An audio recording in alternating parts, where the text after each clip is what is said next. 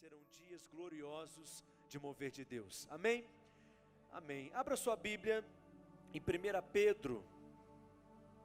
Quantos amam a palavra de Deus aqui? Graças a Deus. Abra sua Bíblia então em 2 Pedro, capítulo 1. Nós vamos ler o verso 2. 2 Pedro, capítulo 1, versículo 2. Amém? Diz assim, se puder projetar para mim, vamos ler todos juntos, em uma só voz. Graça e paz vos sejam multiplicadas, pelo pleno conhecimento de Deus e de Jesus Cristo, nosso Senhor. Mais uma vez, mais forte, vamos ler. Diga: graça e paz vos sejam multiplicadas, pelo pleno conhecimento de Deus e de Jesus Cristo, nosso Senhor. Amém, queridos? Graça e paz é a saudação apostólica, mas não é apenas isso. Graça e paz é o resumo do Evangelho. E graça e paz sempre caminham juntas, de mãos dadas. Se puder manter projetado aqui para mim, por favor. Pedro diz: graça e paz vos sejam multiplicadas. Você pode dizer isso para quem está do seu lado? Diga que a graça e a paz seja multiplicada sobre a sua vida. Amém, queridos? Pedro está dizendo que você pode ter o favor de Deus multiplicado sobre você. Vou te dar mais uma chance de dar um glória a Deus no seu lugar. Pedro está dizendo que nós podemos ter a graça de Deus multiplicada sobre nós. Isso significa então que você não tem experimentado ainda toda a medida de favor que está disponível para você e que você pode experimentar. A boa notícia é que existe mais o favor de Deus para nós. Amém, queridos? Eu não sei quanto a você, mas eu quero experimentar toda a medida da graça de Deus que está disponível para mim. Eu quero receber o máximo do favor do céu que Deus tem reservado para mim. Preste atenção, favor de Deus é a coisa mais importante que existe. Estar debaixo da bênção de Deus, do favor de Deus, é a confiança, é a certeza que nós seremos bem-sucedidos, frutíferos e prósperos em tudo aquilo que nós fizermos. Diga amém. José ficou 1 hora diante de Faraó, e 1 hora foi suficiente para ele ser colocado como primeiro-ministro no Egito. Preste atenção, a mesma coisa eu creio que pode acontecer com você. Você está lá no seu trabalho, talvez se esforçando para alcançar uma determinada posição, mas se o favor de Deus estiver sobre a sua vida, Deus vai te colocar em lugares que você nunca imaginou que um dia estaria. Vou dizer mais uma vez, Deus vai te colocar em lugares que você nunca imaginou que um dia estaria. Deus fará com que você entre por portas que você nunca se esforçou em passar por elas. Tudo isso porque você está debaixo da bênção e do favor de Deus. Quando você olha ali, por exemplo, para o livro de Esther, eu desafio você a contar quantas vezes a palavra favor é mencionada ali no livro de Esther. Esther achou favor diante de Deus, e por isso achou favor diante dos homens, e ela foi então levantada como rainha, e foi usada por Deus para salvar o seu povo. Preste atenção, tudo que nós precisamos é do favor de Deus. Eu sei que você pensa que precisa de dinheiro, mas acredite em mim, o que você precisa é de mais favor. Talvez você pense que precisa de algum romper na sua vida, e talvez foi isso que você veio buscar nesse congresso, mas tudo que você precisa é de favor. Quem tem favor de Deus tem tudo. Quem tem favor de Deus tem portas abertas. Quem tem favor de Deus prospera. Quem tem favor de Deus frutifica, floresce. Quem tem favor de Deus é bem-sucedido. Então diga para o seu irmão, tudo que você precisa é estar debaixo do favor de Deus. E esse favor pode se multiplicar sobre você. Agora você pode perguntar assim para mim, se puder projetar novamente, por gentileza, o texto. O que fazer para o favor de Deus se multiplicar? Eu já quero começar essa ministração te dando a resposta, porque Pedro mesmo já nos ensina aqui no versículo 2. Ele diz, leia comigo mais uma vez: graça e paz vos sejam multiplicadas. Como? Pelo pleno conhecimento de Deus e de Jesus nosso Senhor. Preste atenção, a graça e a paz não será multiplicada sobre você pelo tanto que você faz, mas sim pelo tanto que você vê. Vê o quê? A obra de Cristo. Pelo tanto que você contempla Cristo, pelo tanto que você enxerga da obra consumada de Cristo na cruz. Diga amém. Muitas pessoas perguntam assim, mas o que eu tenho que fazer para ter mais do favor de Deus? Nós fazemos perguntas assim, porque infelizmente a nossa mentalidade ainda é muito legalista. Nós queremos fazer mais para poder receber mais. Mas pense comigo, se o favor de Deus fosse multiplicado sobre você, pelo tanto que você ora, preste atenção, você teria um problema, porque a sua vida de oração é limitada. Você só tem 24 horas no dia, portanto, há limite na sua vida de oração, mas a graça de Deus, ela é ilimitada. Quem está entendendo? Se o favor de Deus se multiplicasse sobre você, pelo tanto que você faz, você também teria um problema, porque a sua disposição é limitada, a sua energia é limitada também, mas o favor de Deus, ele é ilimitado.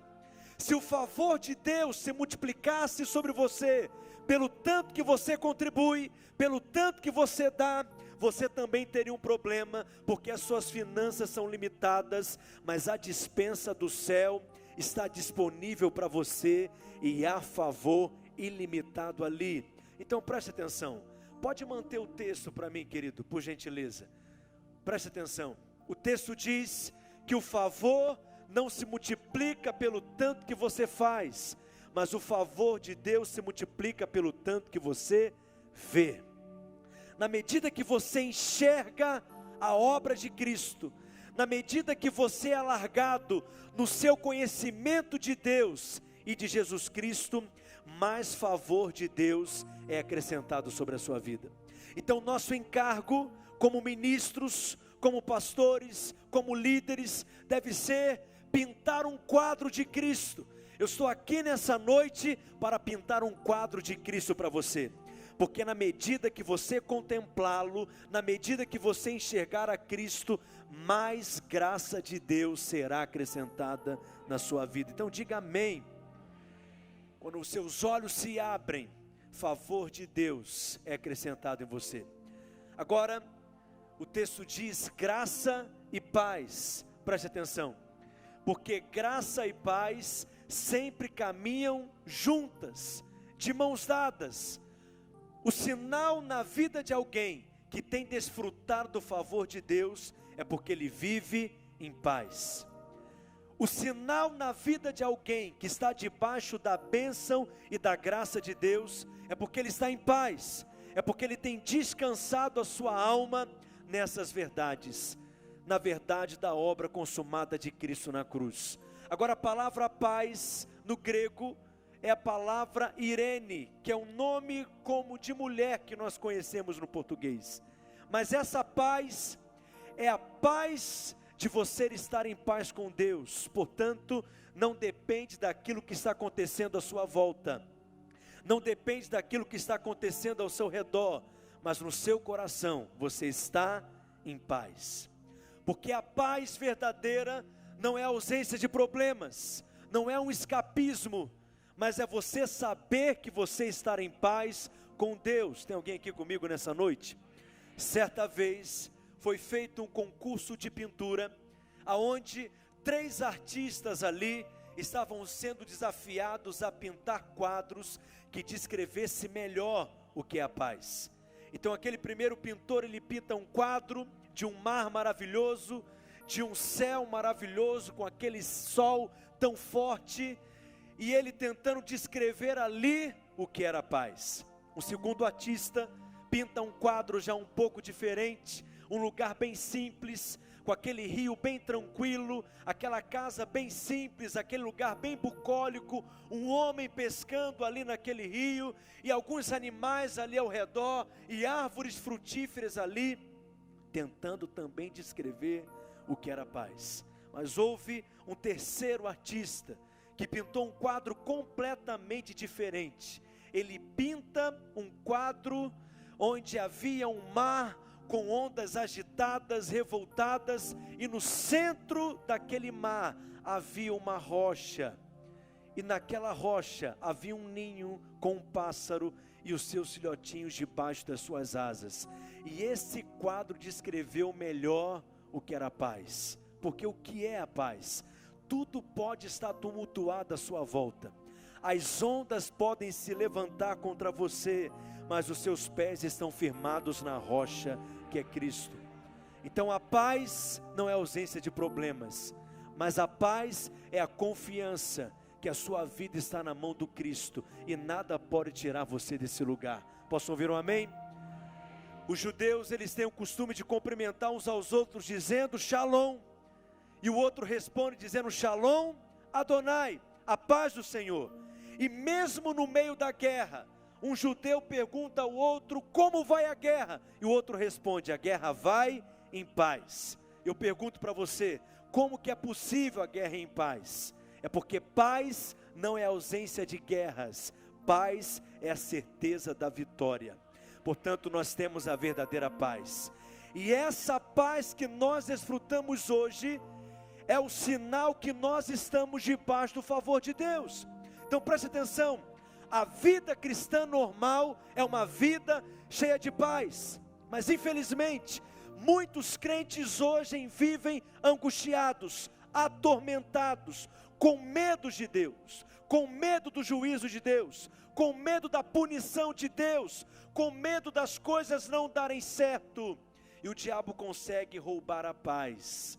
Mas preste atenção, aquele que vive em paz prospera, aquele que vive em paz, ele é criativo, aquele que vive em paz tem direções, aquele que vive em paz recebe estratégias, aquele que vive em paz, ele desfruta até de saúde no seu corpo, porque você sabe, muitas das enfermidades que nós experimentamos no corpo, é fruto de uma alma doente, de uma alma que não está em paz. Portanto, graça e paz podem ser multiplicadas sobre nós. Agora diga para o seu vizinho mais uma vez, a graça e a paz será multiplicada sobre você, diga, na medida que você conhecer mais da obra de Cristo. Posso ouvir um amém?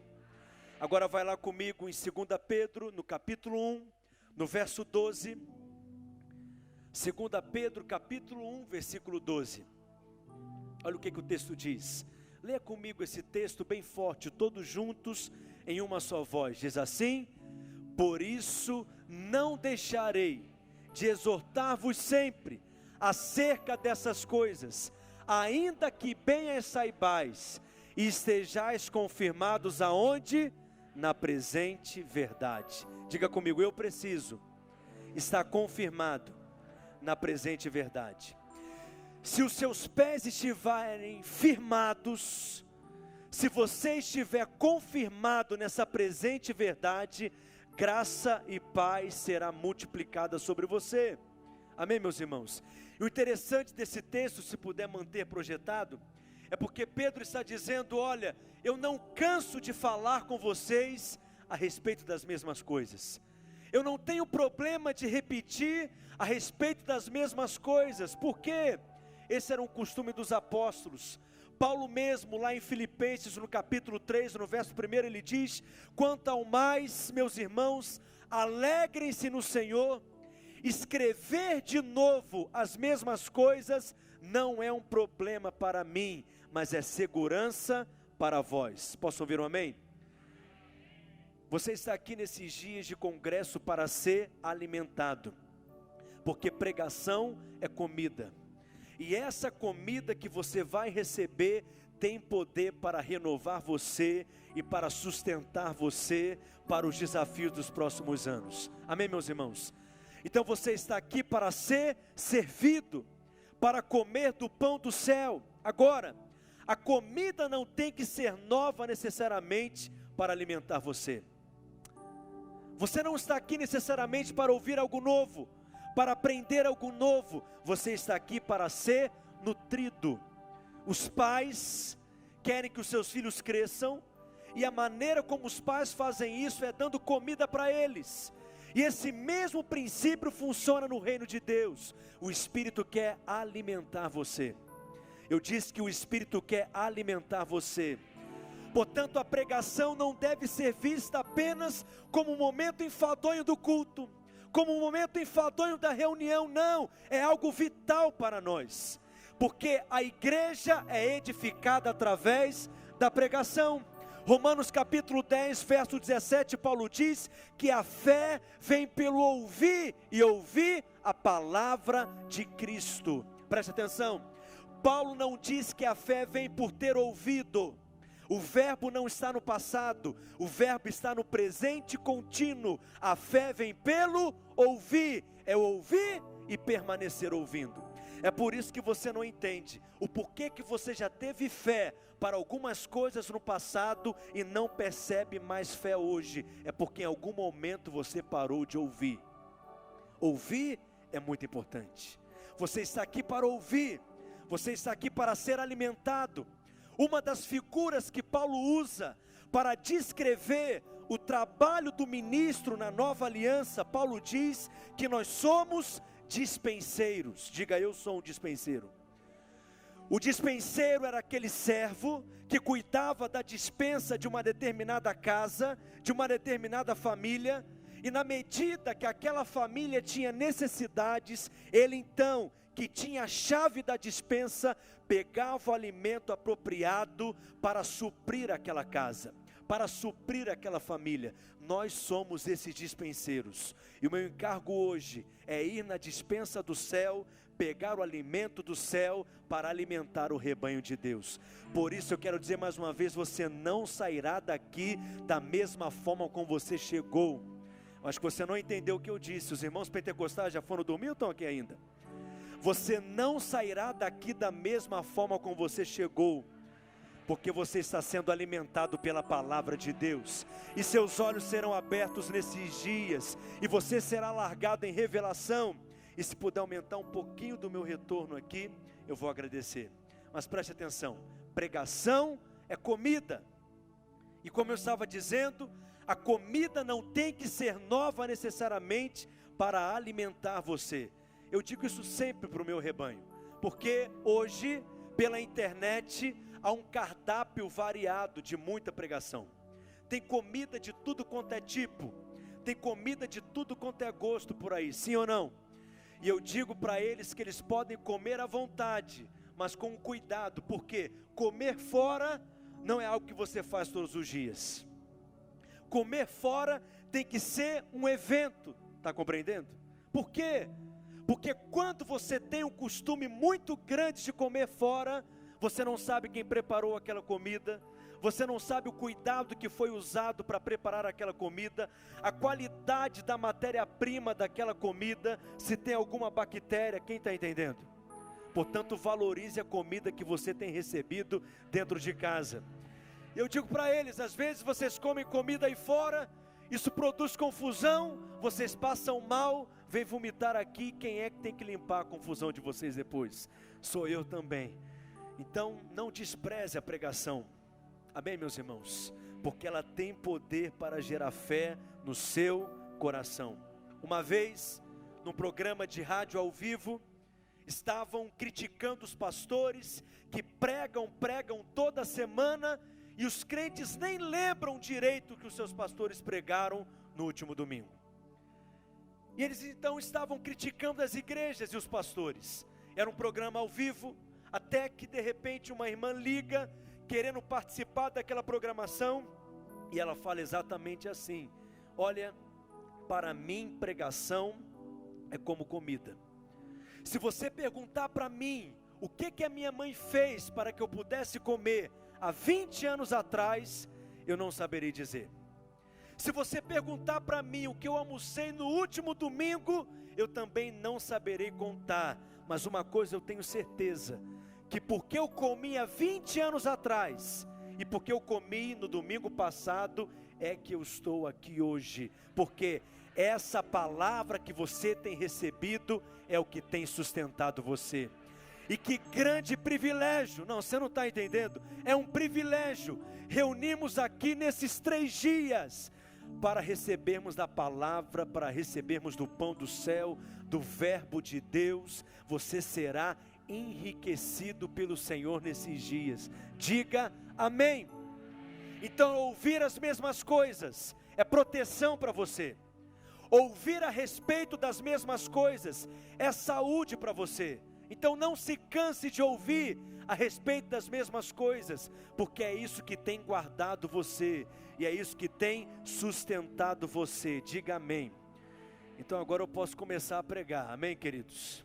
Então no verso 12 diz, olha só: por isso não deixarei de exortar-vos sempre acerca dessas coisas, ainda que bem as saibais, ou seja, eu sei que vocês já sabem, eu sei que vocês já conhecem, eu sei que vocês já ouviram a respeito disso, mas mesmo assim eu vim falar sobre elas mais uma vez.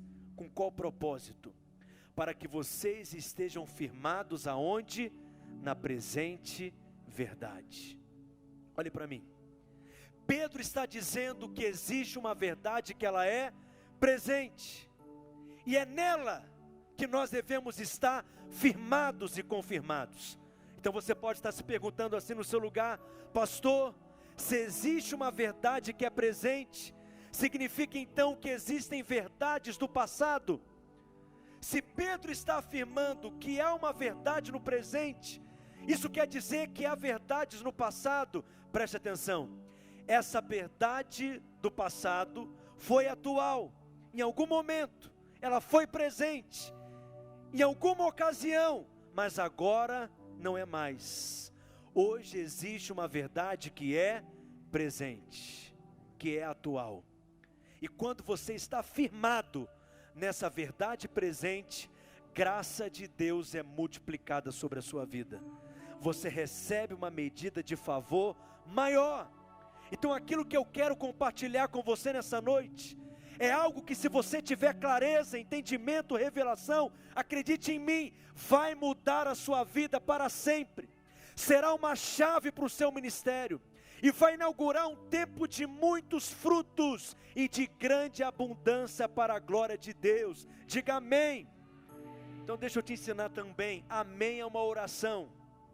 Quando você fala amém, você está fazendo a oração mais curta que existe na Bíblia. Você está dizendo: eu creio, eu tomo posse, eu me aproprio.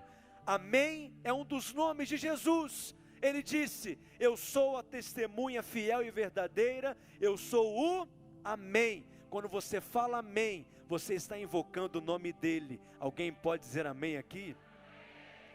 Então é nessa verdade presente que você deve estar firmado. E por que eu estou com o encargo de compartilhar sobre isso nessa noite? Porque há um problema. Nós somos ainda seduzidos por verdades que não são mais a verdade presente, que não são mais para nós agora, nesse tempo, ainda que sejam bíblicas. Preste atenção. Houve no passado verdades que eram presentes naquele tempo, mas que hoje para nós se tornaram verdades antigas. Continua sendo verdade, mas essa verdade não é para nós mais, porque há uma verdade presente. Para você entender o que eu quero ensinar, é importante que você entenda um princípio teológico chamado de dispensação. Diga comigo, dispensação. Vamos lá, mais forte, diga comigo, dispensação. A palavra dispensação é a palavra grega oikonomia, que te lembra qual palavra no português? Economia. Oikos significa casa inomia significa gestão, administração. Portanto, a palavra dispensação, no grego a palavra oikonomia, significa a gestão da casa, a administração da casa. E eu disse para você que aquele servo que era responsável por fazer a gestão da casa era chamado de dispenseiro, o oikonomos no grego. E Deus é o maior dispenseiro que existe na história. Por quê? Porque no decorrer dos séculos, no decorrer dos anos, Ele foi administrando, liberando a revelação do seu propósito. Deus, Ele foi administrando a revelação da sua vontade. Por quê? Porque o homem não recebe toda a revelação de Deus de uma vez. A revelação de Deus, ela é progressiva. Então eu estou dizendo que os homens nos dias de Adão, eles tinham uma medida da revelação de Deus. Os homens nos dias de Abraão tinham uma medida maior da revelação de Deus. Quem está entendendo? E é por isso que às vezes você tem a sensação que Deus no Antigo Testamento é diferente no Novo. Mas na realidade é o mesmo Deus. Ele é imutável, Ele não muda. Mas Deus lida com o homem na medida de revelação que Ele tem. Há 7 dispensações na Bíblia. A primeira é o que nós chamamos de dispensação da inocência. É o período antes do pecado. A partir do pecado, inicia uma nova dispensação. A dispensação da consciência. A partir do dilúvio, através de Noé, inicia então uma nova dispensação, chamada de dispensação do governo humano. Quando Deus libera uma promessa para Abraão, em Gênesis capítulo 12, inicia-se a 4ª dispensação, chamada de dispensação da promessa, porque Deus disse que através dele, ele iria gerar um povo eleito, o povo de Israel. Amém, queridos?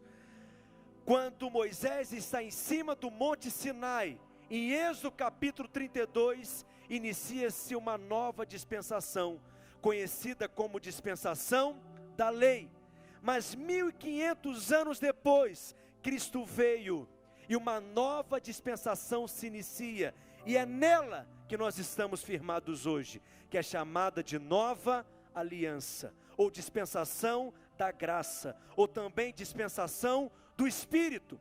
E quando Cristo voltar e estabelecer o seu reino na terra, nós reinaremos com Cristo, e uma nova dispensação irá se iniciar, a dispensação do reino. Então preste atenção, hoje nós estamos vivendo no tempo da nova aliança, e essa é a presente verdade, que Pedro está dizendo que nela nós devemos estar firmados. Diga para o seu vizinho, a presente verdade é a nova aliança, por isso o nome, nova aliança, e é nela que devemos estar firmados. Para você entender isso melhor, deixa eu te explicar. Em cada dispensação, existia uma verdade que era presente naquele tempo. Então na dispensação da inocência, por exemplo, lá no Éden, antes do pecado, quando Deus cria o homem, o que o Senhor havia dito ali? De toda a árvore do jardim vocês podem comer livremente, mas da árvore do conhecimento do bem e do mal, disse Deus, que eles não deveriam comer do fruto dela, porque se eles comessem do fruto daquela árvore, certamente eles iriam morrer. Preste atenção, essa era a verdade atual daquele momento. E se Adão não tivesse pecado, nós estaríamos no Éden até hoje? Eu creio que sim. E qual que seria a nossa pregação aqui no céu na terra? Certamente, eu viria aqui pregar para vocês, olha meus irmãos, Deus disse que nós podemos comer de todas essas árvores desse jardim. Talvez eu pregaria sobre os frutos das árvores, talvez eu pregaria sobre o benefício de comer do fruto de cada uma delas, mas certamente eu sempre encerraria com um apelo dizendo, não se esqueçam, que do fruto daquela árvore, do conhecimento do bem e do mal, Deus disse que dele nós não devemos comer. Quantos querem obedecer o Senhor aqui? Certamente você viria aqui à frente atendendo o apelo. Quem está entendendo? Só que o homem caiu, e através do pecado, os inimigos de Deus entraram em cena: a doença, a maldição, a miséria, a guerra, o envelhecimento, a morte. Os inimigos de Deus entraram em cena através do pecado. Mas Deus desistiu do seu propósito eterno? Não. Ele liberou uma outra verdade, que da semente da mulher virá aquele que irá esmagar a cabeça da serpente.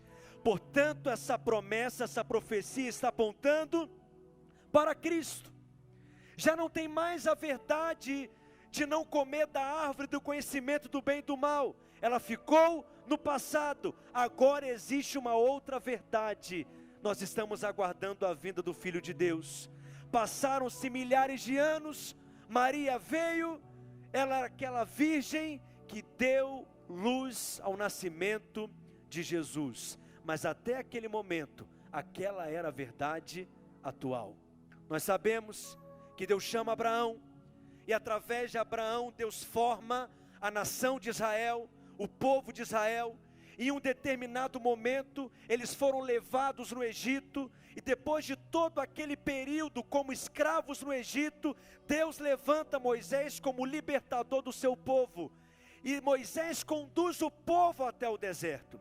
Em Êxodo capítulo 32, em cima do monte Sinai, Deus revela ao seu povo a lei. E por que a lei foi dada? Romanos capítulo 3, Paulo diz que a lei foi dada para trazer o pleno conhecimento do pecado. Porque o homem se achava bom, o homem se achava justo. Até hoje há pessoas assim, mas a lei veio para mostrar ao homem o que ele não é. E quando a lei foi dada, qual que era a verdade atual? A lei. O que tinha que ser ensinado e pregado? A lei. Se não obedecesse a lei, seriam amaldiçoados. Mas se cumprissem a lei, certamente seriam abençoados. O que era pregado nas sinagogas? A lei. E por que a lei? Porque aquela era a presente verdade. Quem está entendendo o que eu estou dizendo? Mas 1500 anos depois, Cristo veio. E a graça se manifestou através de Cristo. Porque a graça não é um assunto da teologia. A graça não é um tema doutrinário. A graça é uma pessoa. Diga: a graça é o próprio Cristo. E por meio da obra consumada de Cristo, uma nova aliança foi estabelecida. Amém, meus irmãos? E nós somos o povo da nova aliança. Eu disse que nós somos o povo da nova aliança. Nós somos os filhos da nova aliança. E lá no livro de Hebreus, no capítulo 8, projeta para mim, a partir do verso 7. O autor de Hebreus aqui vai falar a respeito das cláusulas dessa nova aliança. E eu quero ler com você rapidamente, porque ele diz: porque se aquela primeira aliança tivesse sido sem defeito, de maneira alguma estaria sendo buscado lugar para uma segunda aliança. E de fato, repreendendo-os, diz: eis aí vem dias, diz o Senhor, e firmarei nova aliança com a casa de Israel e com a casa de Judá, não segundo a aliança que fiz com seus pais, no dia em que os tomei pela mão, para os tirar da terra do Egito, pois eles não continuaram na minha aliança, e eu não dei atenção a eles, diz o Senhor. Porque esta é a aliança que firmarei com a casa de Israel, depois daqueles dias, diz o Senhor. Preste atenção, verso 10. Imprimirei as minhas leis na sua mente, e as escreverei sobre o seu coração, e eu serei o seu Deus, e eles serão o meu povo. E não ensinará jamais a cada um ao seu próximo, nem cada um ao seu irmão, dizendo: conheça o Senhor, porque todos me conhecerão, desde o menor até o maior deles. Verso 12, todos juntos, bem forte, vamos ler?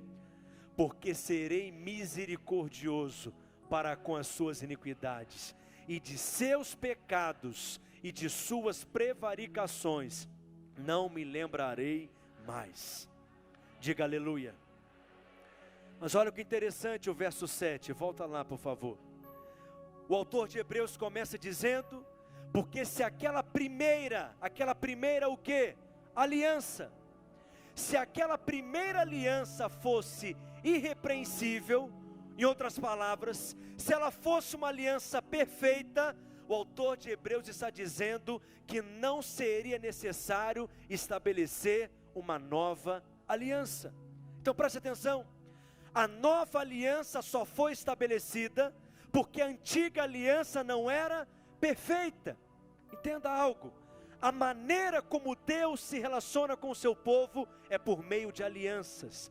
É um pacto que Deus estabelece com o seu povo.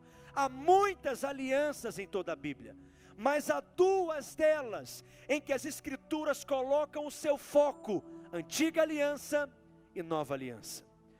E o autor de Hebreus está dizendo que essa antiga aliança não era perfeita, mas lembre-se, a antiga aliança aponta para a lei, mas a própria Bíblia afirma que a lei ela é perfeita. E olha como isso é interessante, só aquele que é perfeito, que é Deus, pode encontrar imperfeição naquilo que é perfeito. Preste atenção, a lei é justa, mas ela não tem o poder de tornar você justo. A lei é santa, mas ela não tem o poder de tornar você santo. A lei é boa, mas ela não tem o poder de tornar você bom. O máximo que a lei faz é educar você, ela não transforma você. A lei diz: não roubarás, e você não rouba porque está debaixo de uma ordenança, mas a graça transforma você em uma pessoa generosa, porque ela muda você não exteriormente, mas de dentro para fora, e faz você ser capaz de dar até para alguém que roubou algo de você. Não, você não está entendendo não, preste atenção, a nova aliança ela é superior. Amém, queridos? E aqui nós encontramos as cláusulas dessa nova aliança, e você precisa conhecê-las e ter revelação delas, porque é nelas em que você deve estar firmado, porque essa é a presente verdade. A primeira cláusula está lá no verso 10 de Hebreus capítulo 8, quando o autor de Hebreus diz que na sua mente imprimirei as minhas leis, e também sobre o seu coração as escreverei. Preste atenção, na nova aliança, a sua natureza ela foi mudada, transformada, porque a obra que o Espírito faz é de dentro para fora. Para você entender isso melhor, deixa eu te dar um exemplo. Imagine que você tem um filho de 5 anos de idade, e o seu filho não suporta comer brócolis, ele não aguenta brócolis, o cheiro de brócolis, ele nunca quer comer brócolis, só que você sabe que é importante para ele comer brócolis. Então o que você faz? Estabelece uma lei, um mandamento dentro da sua casa. O que você diz? Comerás brócolis. E se ele se recusar a comer, serás castigado, punido, apanharás. Ele come brócolis, sim ou não? Mas porque ele ama brócolis? Não, mas porque ele está debaixo de uma obrigação, de uma lei. Agora imagine se você tivesse o poder de colocar dentro do seu filho o desejo de comer brócolis. Não, você não está entendendo o que eu estou dizendo. E agora ele é alguém apaixonado por brócolis. Agora ele não consegue resistir o brócolis. Agora ele quer comer brócolis sempre. Foi exatamente isso que o Pai fez conosco na nova aliança. Ele gravou no seu coração e na sua mente a sua vontade. Os filhos da nova aliança amam fazer a vontade de Deus, porque faz parte da sua natureza. Você não entendeu ainda? Eu vou te dar um outro exemplo. Pense num casamento. Você pode ter um casamento cheio da graça de Deus, cheio de bênção, de perdão, de suprimento, amém, queridos? De tolerância. E você pode ter um casamento baseado na lei, cheio de cobranças, de demandas, de exigências, de falta de perdão. Então preste atenção, imagine um casamento cheio da lei.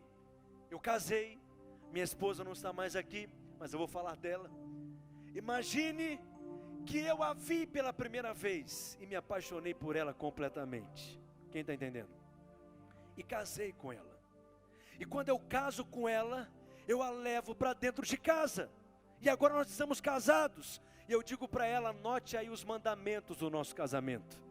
E ela, querendo me agradar, pega um bloco, uma caneta e anota. Eu digo, primeiro mandamento: amarás o teu marido de todo o teu coração. O que ela faz? Anota o mandamento.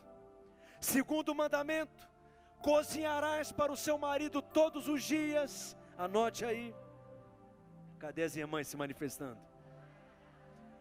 Terceiro mandamento: farás sexo com o seu marido todos os dias. Grifa essa parte aí. O bispo tem um mandamento ainda maior. Quarto mandamento: dirás ao seu marido que você o ama todos os dias e o beijará pelo menos 3 vezes por dia. Vamos ficar só no quarto mandamento que tá bom. Mas aí eu chego em casa e eu peço para ela um beijo e ela me beija. E eu pergunto, por que você me beijou? Ela diz, quarto mandamento: beijarás o teu marido. Eu sou uma mulher fiel. Mas eu pergunto, mas você me ama? Ela diz, primeiro mandamento: amarás o teu marido de todo o coração. Preste atenção, algum homem ficaria feliz assim de estar casado com a sua mulher? Dela dizer que o ama só porque está debaixo de uma lei? Dela ter relacionamento com ele só porque está debaixo de uma ordenança? Sim ou não? Se você não ficaria feliz, por que Deus ficaria?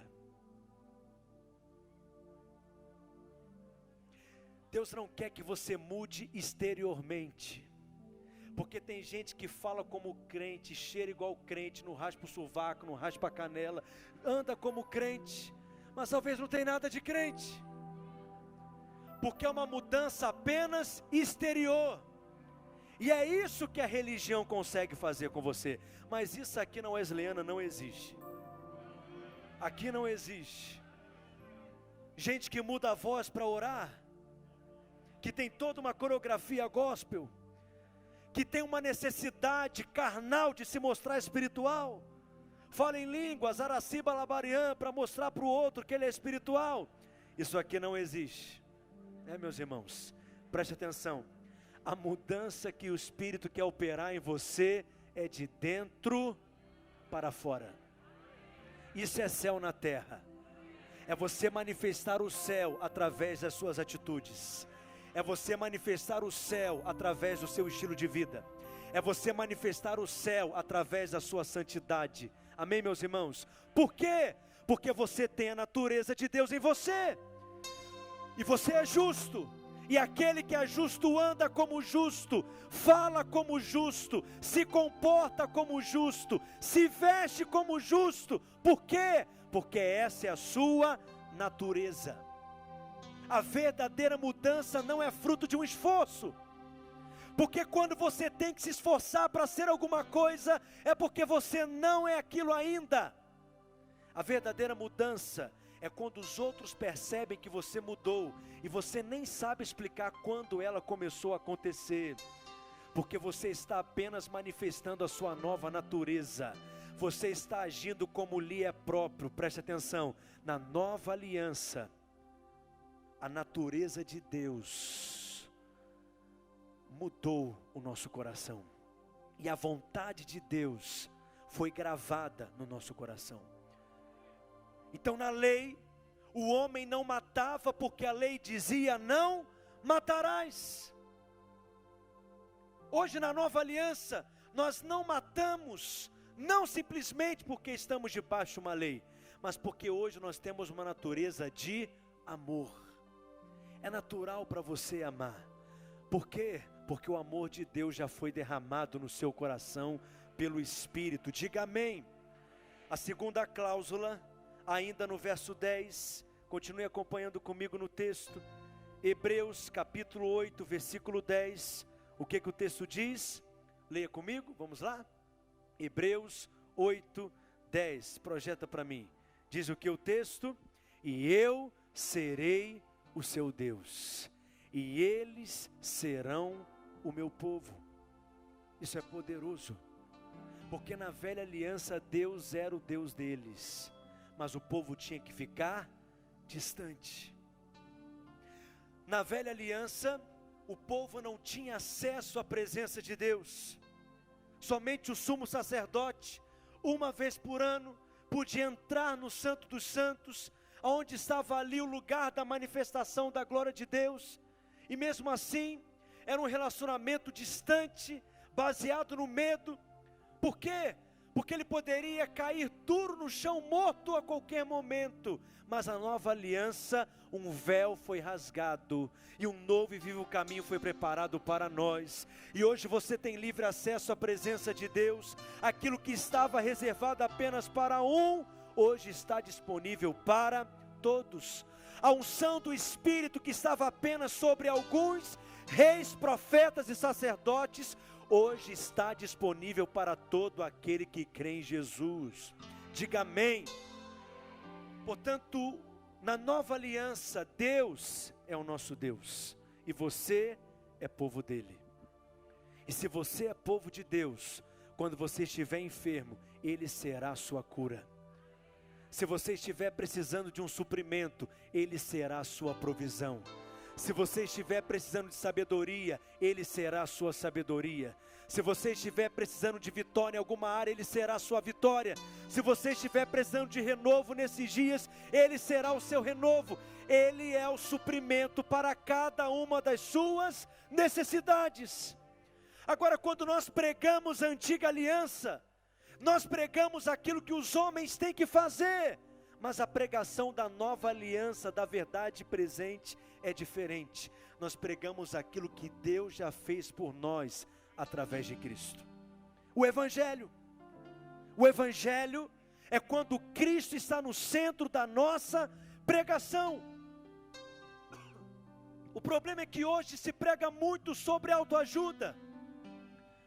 Se você é coach, eu não tenho nada contra você, amém? Eu tenho muitos coaches na minha igreja. Você pode ser coach, fazer curso de coach, e você pode ter sessões de coach, amém? Continuam me amando? Mas entenda um princípio teológico muito importante e espiritual. Uma coisa é uma coisa, outra coisa é outra coisa. Aquilo que é natural nunca deveria tomar o lugar daquilo que é espiritual. Existe algo que só o Evangelho pode fazer por você. E Paulo diz em Romanos 1,16, que o Evangelho é o poder de Deus para salvar todo aquele que crê. Eu sei que você crê que a oração é o poder de Deus, e de fato é. Quando nós oramos, o poder de Deus é colocado disponível. Eu sei que você crê que o Espírito é o poder de Deus, e na realidade é o dínamo de Deus, mas talvez você ainda não teve a compreensão que o Evangelho é poder. E quando seus olhos se abrem para compreender a mensagem do Evangelho, você se coloca debaixo do poder e da influência do Evangelho. E o Evangelho é poder para salvar. E a palavra salvar aqui, o verbo é a palavra sozo, que o seu significado é muito amplo, é mais amplo do que ser salvo da condenação do inferno. Salvar significa curar, libertar, restaurar, transformar. Paulo está dizendo que o Evangelho é poder de Deus para curar todo aquele que crê. O Evangelho é poder de Deus para libertar todo aquele que crê. O Evangelho é poder de Deus para restaurar todo aquele que crê. Diga amém. Mas por que que hoje há tanta pregação, há tantas conferências, há tantos livros sendo escritos na igreja brasileira, e não há tantas pessoas sendo transformadas? É porque hoje, infelizmente, pouco se prega o Evangelho. Se prega bons conselhos, se prega boas ideias, se prega autoajuda, mas pouco se prega o Evangelho. Qual que é a pregação do Evangelho? É a pregação em que Cristo está no centro da mensagem. Quando eu prego aquilo que o homem tem que fazer, essa não é a pregação do Evangelho. Essa é uma pregação humanista. Qual que é a pregação do Evangelho? É quando eu prego aquilo que Cristo fez. Só que nós não gostamos de pregações assim, porque você gosta de ouvir coisas práticas, Você quer receber fórmulas, estratégias, metodologias, 10 passos para ter paciência, 20 passos para prosperar, 272 passos para mudar o casamento. Tem que ter mais passos para mudar o casamento, porque o negócio é estreito. Por quê? Porque você gosta de ouvir aquilo que você tem que fazer. Mas preste atenção, aquilo que Cristo fez é suficiente. Descansa na obra de Cristo. Descansa naquilo que Cristo fez na cruz. Amém? Confie na obra de Cristo, porque Ele é o seu Salvador. Esse é o seu nome, porque Ele é especialista em salvar. Eu sei que eu vim com o meu taco profético aqui, mas você continua me amando, amém? Coloque amor nas minhas palavras e me escute com bons ouvidos. Preste atenção. Jesus, Yeshua, o Salvador. Por que Ele é chamado assim? Porque Ele é alguém especialista em salvar. Só que você pensa que isso é mensagem para novo convertido. Novo convertido é que precisa ouvir a respeito do Evangelho. Novo convertido é que precisa ouvir a respeito do amor de Deus. O novo convertido é que precisa ouvir a respeito do perdão. E você quer receber coisas mais profundas. Preste atenção, o Evangelho é simples, mas não há mensagem mais profunda do que essa. Tanto é que você só pode compreendê-lo se for através de revelação. Só que Jesus não te salva só da condenação do inferno. Ele continua te salvando até hoje. Eu disse que Ele continua te salvando até hoje. Jesus te salva de um casamento ruim, Jesus te salva de um ministério fracassado, Jesus te salva de uma vida financeira aos frangalhos, Jesus te salva de relacionamentos com os filhos quebrados. Ele quer te salvar. Tudo que você precisa é se render nos braços do seu Salvador. Então não pregue aquilo que o homem tem que fazer, pregue aquilo que Cristo já fez, porque a obra de Cristo ela é suficiente. Posso ouvir um amém?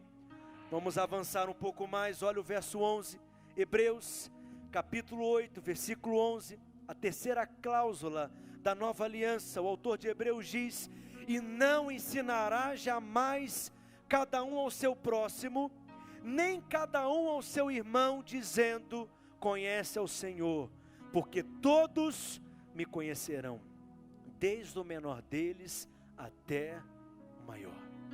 Na nova aliança, preste atenção, o conhecimento de Deus é intuitivo dentro de você. Dentro de você, você já conhece a Deus, porque a unção do Espírito já está em você, e a unção nos ensina todas as coisas.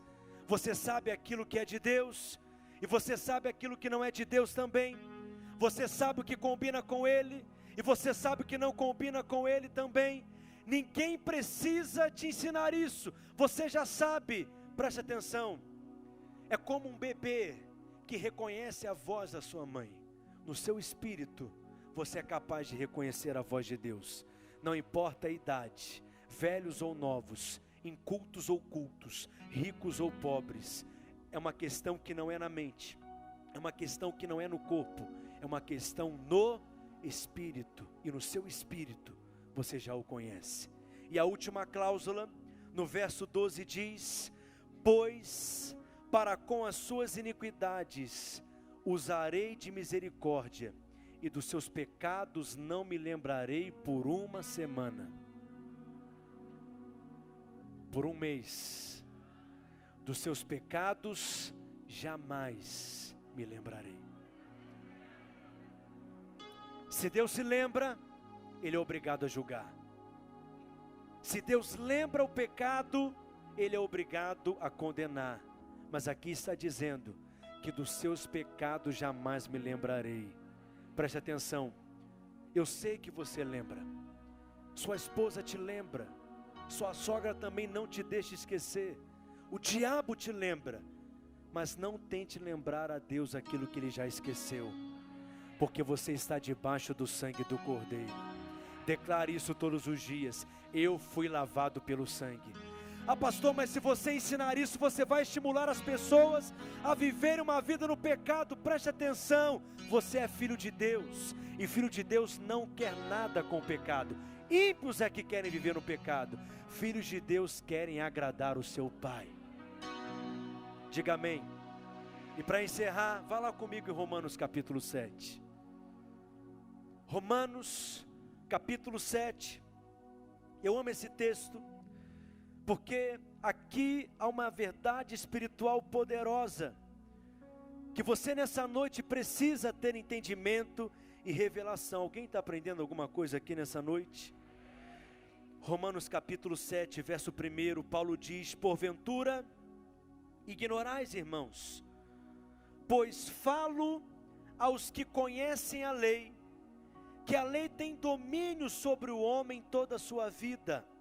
Verso 2, ora, a mulher casada está ligada pela lei ao marido enquanto ele vive, mas se o mesmo morrer, desobrigada ficará da lei conjugal, de sorte que será considerada adúltera, se vivendo ainda o marido unir-se com outro homem. Porém, se morrer o marido, estará livre da lei, e não será adúltera se contrair novas núpcias. Assim, meus irmãos, também vós morrestes relativamente à lei, por meio do corpo de Cristo, para pertencerdes a outro, a saber, aquele que ressuscitou dentre os mortos, a fim de que frutifiquemos para Deus. Porque quando vivíamos segundo a carne, as paixões pecaminosas, postas em realce pela lei, operavam em nossos membros, a fim de frutificarem para a morte. Verso 6, leia comigo. Mas agora temos sido libertos da lei. Mais forte. Tendo morrido para aquilo que estávamos retidos, para que sirvamos em novidade de espírito, e não na velhice da letra. Diga aleluia. Paulo aqui não está ensinando necessariamente sobre doutrina do casamento. Paulo está usando o casamento para ensinar que há dois princípios de vida somente: ou você vive debaixo da lei, ou você vive debaixo da graça. A lei é você confiar naquilo que você faz. A graça é você confiar naquilo que Cristo já fez na cruz. Aquele que vive debaixo da lei, ele quer ter obras para receber a bênção de Deus. Mas aquele que vive debaixo da graça de Deus, ele não confia no seu mérito, mas confia na obra consumada de Cristo na cruz. Então você precisa escolher em qual princípio de vida você viverá, porque o Evangelho não é lei, mas graça. O Evangelho é totalmente graça. Quem está entendendo? João capítulo 1, verso 17, projeta, meu irmão, por favor. Esse é um dos textos que eu mais amo na Bíblia, porque aqui em João capítulo 1, verso 17, a Bíblia vai mostrar claramente quando houve essa transição. Leia comigo bem forte. Porque a lei foi dada, preste atenção, a lei foi dada. Por que a lei foi dada? Porque a lei é uma coisa, e ela foi dada através de um servo, portanto é algo impessoal. Mas olha o que o texto continua dizendo: a graça e a verdade vieram. Por que a graça e a verdade vieram? Porque a graça é uma pessoa, é o próprio Cristo. E aí eu pergunto para você: a verdade está do lado da lei ou está do lado da graça? Da graça. Por quê? Porque graça e verdade para Deus são sinônimos, é a mesma coisa. Foi por isso que Jesus disse em João capítulo 8, verso 32, para os judeus que eram conhecedores da lei, Jesus diz o quê? Conheçam a verdade, e a verdade vos libertará. Eles conheciam a lei, mas não conheciam a verdade, porque a verdade não é a lei, a verdade é o Evangelho da graça de Deus. Você está entendendo o que eu estou dizendo? Então você precisa escolher. A lei foi estabelecida em Êxodo capítulo 32, através de Moisés, no Monte Sinai. A graça, a nova aliança, foi estabelecida há pelo menos 2000 anos atrás. Quando você nasceu, você já nasceu aonde? Na nova aliança. Nós nem somos uma geração da transição. Quem está entendendo? Recentemente eu estava em Israel, e no dia que eu cheguei, era Shabá, e o elevador do hotel onde eu estava hospedado, estava no automático, e eu não tinha entendido por quê. Ou seja, eu estava no 10º andar, e para que eu chegasse no 10º andar, eu precisei exercer muito domínio próprio, porque eu entrei no térreo, parou no primeiro, abriu a porta e fechou a porta, e foi até o segundo, abriu a porta e fechou a porta, e foi até o terceiro. Por quê? Porque no sábado não pode apertar o botão do elevador, porque isso é considerado esforço. Os judeus ortodoxos, antes da sexta-feira, 6 horas da tarde, eles ligam todas as luzes da casa, porque eles não podem apertar um interruptor, porque isso é considerado esforço. Você olha para a lei e você enxerga os 10 mandamentos, mas ele é apenas a estrutura da lei. Na realidade, a lei são 613 ordenanças, que você tem um dia inteiro para cumprir. Preste atenção, não é uma vida inteira, é um dia inteiro, todos os dias. Quem está entendendo o que eu estou dizendo? A lei não foi dada para ser cumprida. A lei foi dada para mostrar ao homem que ele necessita da graça de Deus, porque a lei é o prumo de Deus, para mostrar ao homem que ele é torto e que precisa de um Salvador. Porque se você pudesse fazer algo pelo seu esforço, Cristo não precisava ter vindo, mas Cristo veio, porque todos nós precisamos de um Salvador. Se você é filho da nova aliança, por que você quer viver debaixo da antiga aliança? Olha para a sua Bíblia agora. Se ela está aí fisicamente, olha para a sua Bíblia, pega a sua Bíblia. Se não, pega o seu smartphone. Hoje a gente diz mais liga a Bíblia do que abra a Bíblia. Mas tudo bem, olhe bem para ela. Tudo que você precisa é ter essa revelação. Você está aqui ainda? A Bíblia é dividida em 2 partes. Quantas partes? 2. A primeira se chama Antigo Testamento. Diga Antigo Testamento. Tem 39 livros. Faz assim, ó. O Novo Testamento, a segunda parte, tem 27 livros. Faça assim, ó. A palavra testamento é a mesma palavra para aliança. Sabe qual que é a grande confusão que nós criamos no meio evangélico? É que nós não entendemos que são 2 alianças. Ah, pastor, então você está dizendo que o Antigo Testamento não é a palavra de Deus? É claro que toda a Bíblia é a palavra de Deus. De Gênesis a Apocalipse, Antigo e Novo Testamento, amém? Só que para compreender o Antigo, você precisa entender o Novo, porque a chave de interpretação do Antigo Testamento chama-se Cristo. Cristo é o centro de toda a palavra de Deus. E quando você encontra Cristo no Antigo Testamento, ele se torna ainda mais belo, ainda mais glorioso, ainda mais poético, ainda mais poderoso. Amém, meus irmãos? Agora em Romanos 7, e é isso que eu quero concluir dizendo para você. Paulo está dizendo que todos nós éramos casados. Paulo diz que nós éramos casados com a lei. Esse era o seu marido. Qual que era o nome do seu marido? O Senhor Lei. Você era casado com o Senhor Lei. E o Senhor Lei é um marido muito exigente. Ele quer que as coisas sejam feitas exatamente como ele gosta. Ele quer que a casa fique limpa. Ele quer que a comida seja servida exatamente como ele deseja. E você ama o Senhor Lei. E você então deseja agradá-lo. E você se esforça para isso. Só que quando o Senhor Lei chega em casa, e por mais que você tenha o dia inteiro limpado a sua casa, ele encontra uma sujeira lá na extremidade de um móvel. Olha Deus falando aí nessa noite. E aí o que é que você sente? Frustração, condenação. Porque por mais que você se esforce para agradá-lo, você nunca faz o suficiente. O Senhor lhe exige que a comida fique feita na temperatura exata, servida com o tempero exato, e você deseja tanto agradá-lo, você se dedica tanto, e você fica tão nervosa, que ao servir, você deixa as louças caírem pelo chão, e quebra, e ele não ajuda você a catar nem um caco da louça que cai no chão.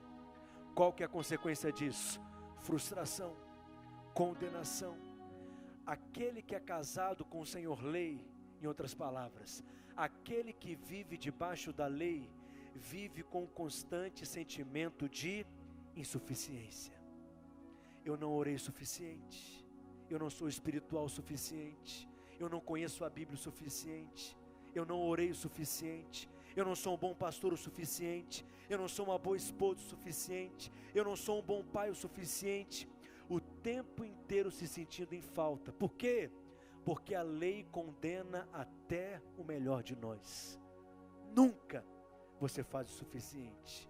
E vive com um constante sentimento de condenação. E aí a vida cristã, que deveria ser algo feliz, se torna um peso. E muitos crentes vivem com a alma cansada, desgastados, sobrecarregados, porque enxergam a sua vida de oração não como um deleite, não como um privilégio espiritual, mas como uma obrigação religiosa. E tudo se torna um peso que ele carrega. Por quê? Porque ele nunca consegue agradar o Senhor lei. Como se livrar de um casamento desse? Paulo diz que enquanto ambos viverem, eles estão ligados um ao outro, a não ser que um morra. Só que a questão é que a lei não morre, a lei é eterna. Então somente você poderia morrer. Mas como morrer e nascer de novo, para agora estar livre para se casar com um novo marido? Foi exatamente isso que a obra da cruz fez por mim, por você. Nós estávamos incluídos nele, de tal maneira que quando Cristo morreu, nós morremos juntamente com ele. E quando Cristo ressuscitou, nós recebemos uma nova vida juntamente com ele. E hoje, você está livre para se casar com um novo marido. Diga amém. Qual que é o seu novo marido que você está casado hoje? O Senhor, graça, porque você está casado com Cristo. Quantos são casados com Cristo aqui? Mas sabe qual que é o problema, bispos? É o que Paulo está denunciando aqui. Somos casados com Cristo, mas ainda vivemos flertando com o Senhor lei. Você é povo da nova aliança, é filho da nova aliança, não está mais debaixo da lei, e sim da graça, mas ainda vive olhando para a lei, achando que é o Senhor lei que vai te satisfazer, achando que é o Senhor lei que vai realizar seus desejos. Quem está entendendo?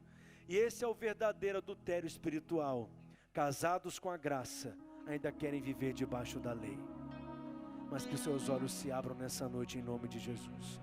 Sabe qual que é o problema de você viver casado com o Senhor lei? É o que Paulo diz no verso 4 de Romanos capítulo 7. Aquele que vive casado com o Senhor lei não tem frutos, não frutifica, não gera filhos. Todo casal que se ama, eles desejam o fruto desse amor, que são filhos. Mas aquele que é casado com o Senhor lei, Paulo está dizendo no verso 4, ele não gera frutos. Por que não? Porque o Senhor lei nunca tem intimidade com você. E se ele não tem intimidade com você, não há como você ter filhos. Por que que o Senhor lei não tem intimidade com você? Porque a lei não toca naquilo que é impuro. Aqueles que viviam debaixo da antiga aliança, viviam constantemente com medo de tocar, porque se tocasse na mulher no período da menstruação, era considerado impuro. Se tocasse num cadáver, era considerado impuro. Se tocasse num leproso, era considerado impuro, porque a lei torna impuro até aquilo que é puro. Por isso, ele nunca tocava em você, e não tinha intimidade com você, e você percebia frustração no seu ministério, porque você se esforçava demais, mas não percebe frutos. Tudo é custoso demais, tudo é pesado demais, mas tudo também é pequeno demais. Mas Cristo, estabelecendo a nova aliança, em Mateus capítulo 5, na pregação das bem-aventuranças, ao descer daquele monte, no capítulo 7, a primeira pessoa que Jesus se encontra é com um leproso. E aquele leproso diz para Jesus: se o Senhor quiser, o Senhor pode me curar. E o que Jesus disse? Eu quero, fique limpo. E Jesus em seguida, o que ele fez? Ele tocou nele, porque a graça torna puro até aquilo que é impuro.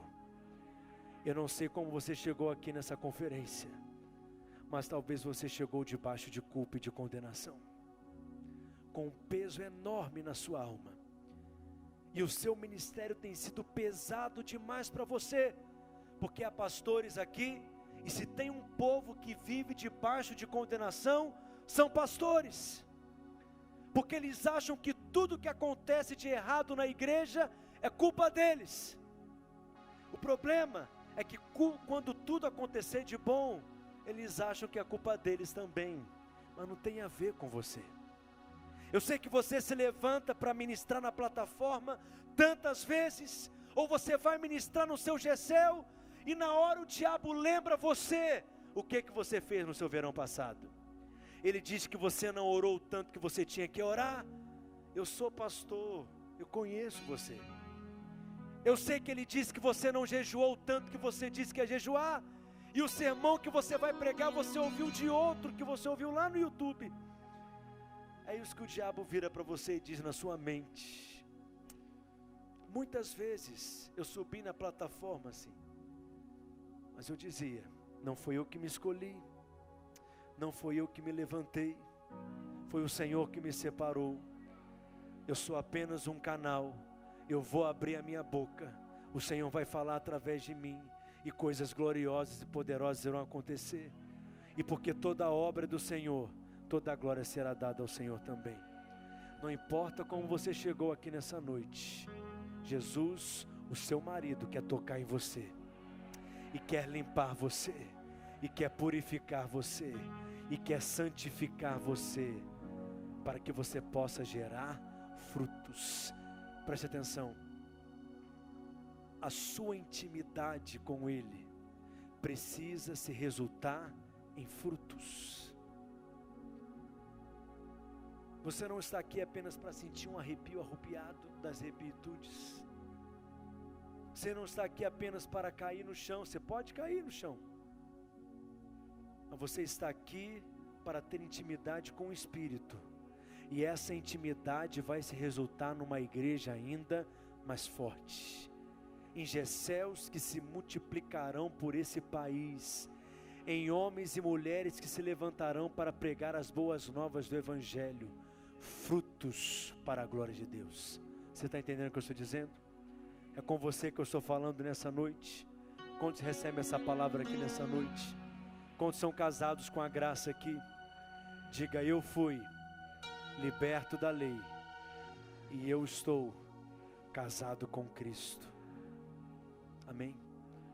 Fique de pé no seu lugar. Para encerrar, projeta para mim Romanos capítulo 2, versículo 4. Romanos capítulo 2, verso 4. Segure na mão do seu irmão. Vamos fechar os corredores mais uma vez. Eu quero orar por você. Romanos capítulo 2, verso 4. Olha o que Paulo diz. Leia comigo. Ou desprezas tu as riquezas da sua benignidade? Eu quero te ouvir mais forte. Leia.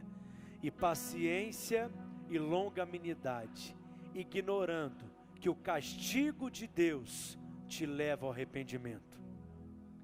O medo de Deus te leva ao arrependimento. A condenação de Deus te leva ao arrependimento. É isso que está escrito aí. A bondade de Deus. Quanto mais revelação desse amor e dessa bondade você tiver, mais um arrependimento você vai viver.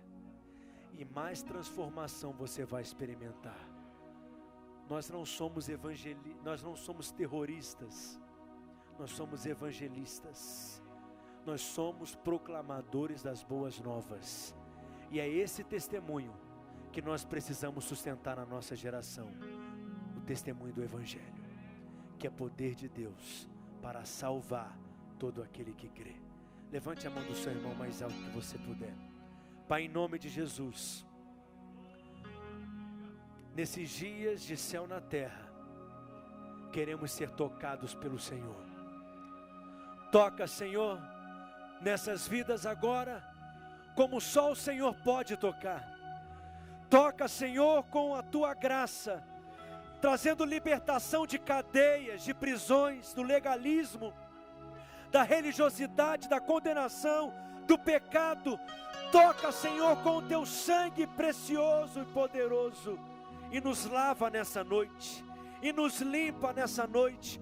Nós abrimos o nosso coração para receber da porção que o Senhor preparou para nós. Que óleo fresco seja liberado sobre nós, que uma unção nova seja derramada sobre nós. Senhor, os meus irmãos que estão com seus pés amarrados, com seu caminhar amarrado, que seja liberado agora na Tua presença. Aqueles que estão se sentindo presos na cadeia da culpa, do medo, do sentimento de inferioridade, da frustração, que eles sejam liberados agora em nome de Jesus. Seu caminhar é liberado, seus pés é liberado na presença de Deus, para que você possa frutificar, para que você possa florescer abundantemente, abundantemente. Que essas sementes eternas, Senhor, que foram semeadas no nosso coração nessa noite, que possam gerar frutos de transformação, e que possa gerar mudança, em nome de Jesus. Te louvamos pela Tua palavra, amém. Você pode aplaudir o Senhor Jesus nessa noite, bem forte.